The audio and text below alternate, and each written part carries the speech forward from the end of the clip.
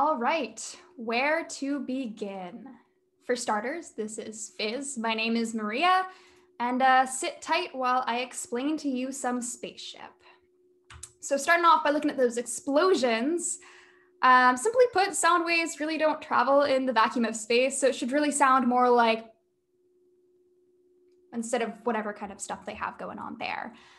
More on that, look at that color. Like, obviously they had to have included some sort of fancy fire dye in it just for the aesthetic purposes.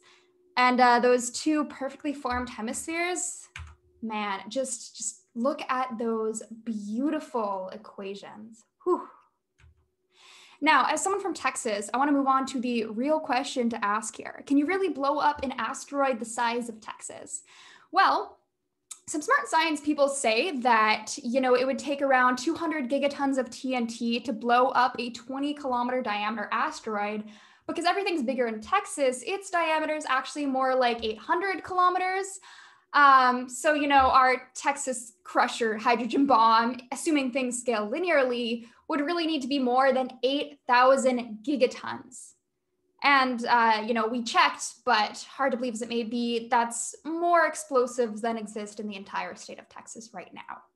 So for context, the largest bomb that was ever detonated was the SAR bomb, no surprise by the Russians. It was around 557 megatons.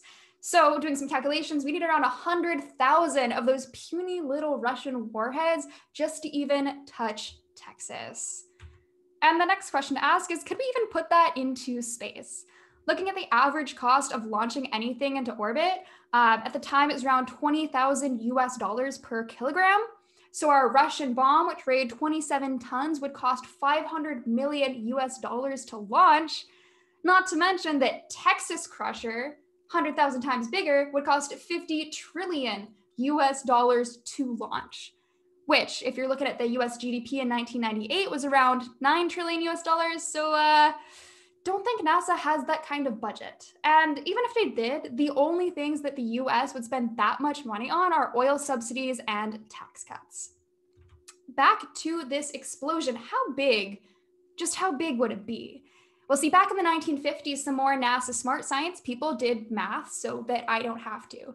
They estimated that the Russian bomb, 50 megaton explosion, would send radiation for hundreds of miles out into space. So our, Texas Crusher is going to send that radiation for hundreds of thousands of miles.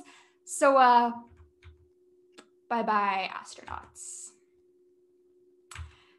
Speaking of those astronauts and those, two perfect halves the asteroid splits into, like, how the fuck are you going to accurately predict that? And everything that's gonna go. Also, you're not accounting for all those tiny, smaller pieces of shrapnel rock that are splitting off from the explosion. Sure, they're gonna burn up in Earth's atmosphere, but those asteroids, the astronauts that don't have an atmosphere to protect them in their tiny little spaceship, yeah, they're fucking dead. Anyway, back to the beginning, I want to talk about the time when we were talking about this zero barrier that we were approaching. So quite obviously, this means that NASA engineers, they're too cool for a factor of safety. Anyway, that concludes our presentation for today. I hope you enjoyed watching. I will see you next year when I still have not graduated.